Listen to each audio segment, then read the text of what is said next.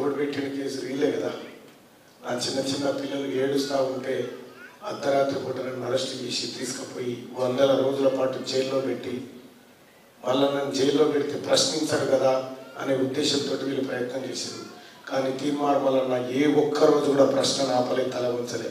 నువ్వు 100 కోట్లు ఇస్తానా, పదవులు ఇస్తానా, తల వంచకుండా ఇవాళ ప్రజా శ్రేయస్సే నా శ్రేయస్సు అని పనిచేసినటువంటి తీర్మానం వలన ఇవాళ మీ తమ్ముడు, నేను 2 సార్లు ఎన్నికల్లో ఓడిపోవడం జరిగింది. మొదటిసారి కాంగ్రెస్ పార్టీ అభ్యర్థిగా, రెండోసారి ఇండిపెండెంట్ అభ్యర్థిగా పోటీ చేయడం జరిగింది. కొంచెమంత తేడాలో ఓడిపోవడం జరిగింది. సోదరులారా, సోదరిమణులారా, ఒక అవకాశం ఇచ్చి చూడండి. ఈ రాష్ట్రంలో, దేశంలో ఏ రాజకీయ నాయకుడు కూడా చేయనటువంటి కార్యక్రమాలను చేస్తూ ఉన్నారు. ఒక మాట చెప్పాలంటే, ఎవరన్నా ఆస్తులు పోగేసుకోవడానికి, సంపాదించుకోవడానికి వస్తారు. కానీ నేను ఎన్నికల్లోకి వచ్చే ముందే నా ఆస్తులన్నీ ప్రభుత్వానికి రాసిచ్చి వస్తూ ఉన్నాను.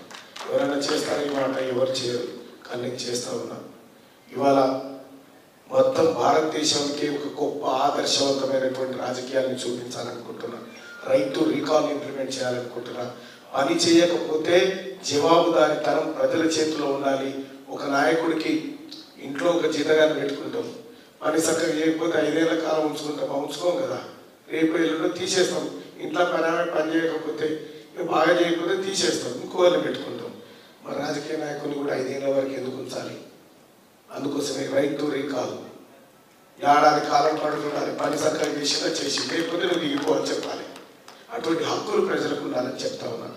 అలాగే ప్రైవేట్ టీచర్లకు ఉద్యోగ భద్రత విషయంలో కానీ, లేకపోతే వాళ్ళకు యాజమాన్యం నుంచి దొరికేటువంటి సహకారాన్ని మరింత రెట్టింపు చేయడం కానీ, వీటన్నిటికీ ఇటు యాజమాన్యానికి, ఇటు ప్రైవేట్ టీచర్లకు ఖచ్చితంగా ప్రభుత్వానికి పట్టభద్రులకు ఎట్లయితే వారధి ఉంటారో, ప్రైవేట్ టీచర్లు ఎవరైతే ఉన్నారో సోదరిమణులారా, మీ యాజమాన్యాలు పైన ఉన్నప్పటికీ ఏ కష్టం ఉన్నా నాకు చెప్పండి.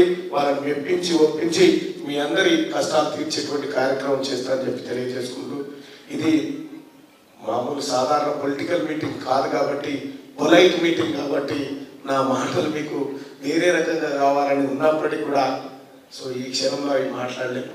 కాబట్టి